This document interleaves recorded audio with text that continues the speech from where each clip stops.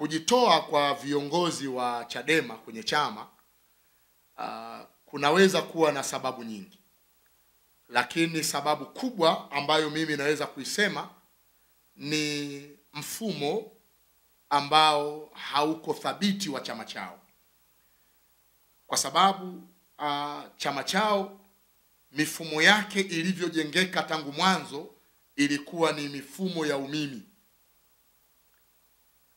Sasa leo zile vurugu tunazoziona kwa sababu ya makuzi na malezi yao, misingi imekuwa ikiachwa, ikikiukwa Chadema mara kwa mara tu, na hakuna hatua zinazochukuliwa. Sasa hawa lengo lao ni kutaka kufanya mabadiliko, kuona kwamba wanachagiza na kuchangia kwenye maendeleo ya taifa letu. Sasa Chadema, viongozi wa sasa, wao wamesema no reforms no election. Kwa hiyo wameweka mpira kwa pani mapema, wakaamua kusepa, wakaamua kukimbia. Sasa ndugu zao wanasema hapana, sisi tunaona lengo sio hilo, lengo ni sisi kupambana, ni lazima tushiriki uchaguzi. Kwa hiyo kama tumekosa kutafuta mabadiliko ndani ya Chadema, tunaweza kuyatafuta sehemu nyingine. Hata mwenyekiti wa Chadema aliwahi kusema, huyu wa sasa, Tundu Lissu alisema, Chadema sio mama yangu.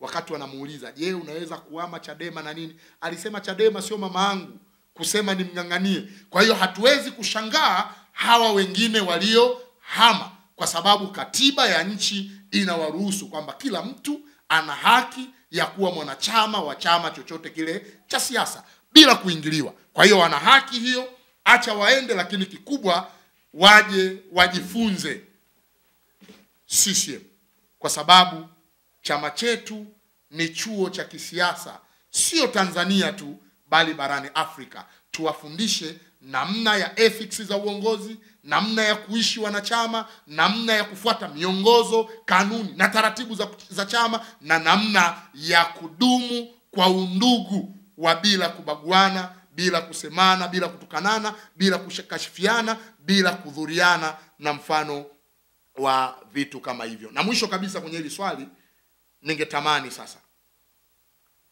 hawa watu wa haki za binadamu, kuna tukio lilikuwa linaoneshwa kutokea Singida la mwanachama wa Chadema akiwa ndani ya mkutano wa Chadema. Ikaonekana, ukisikiliza zile sauti, kwamba alikuwa ana rekodi. Inasemekana yule bwana wakampiga, wakaweza kummaliza, na unaona pale chini watu wanasema huyu ni mtu wa Mbowe. Sasa tunategemea watu wa haki za binadamu wasimame, wakemee jambo hili, wakemee chama hiki, lakini pia watu waliohusika wachukuliwe hatua za kisheria. Na hii ndiyo haki ambayo tunataka iweze kufuatwa. Na iko siku na habari tutawaita tuje tuzungumze Ulaya kwa ujumla wake, na yale mambo yanayotendeka ya uvunjifu wa haki za binadamu kule Ulaya. Halafu hao leo ndo wanatutetea Tanzania, wakati kwenye nchi zao kuna uvunjifu mkubwa wa haki za binadamu unafanyika na ripoti ziko wazi. Hayo pia tutakuja kuyaeleza muda ukifika.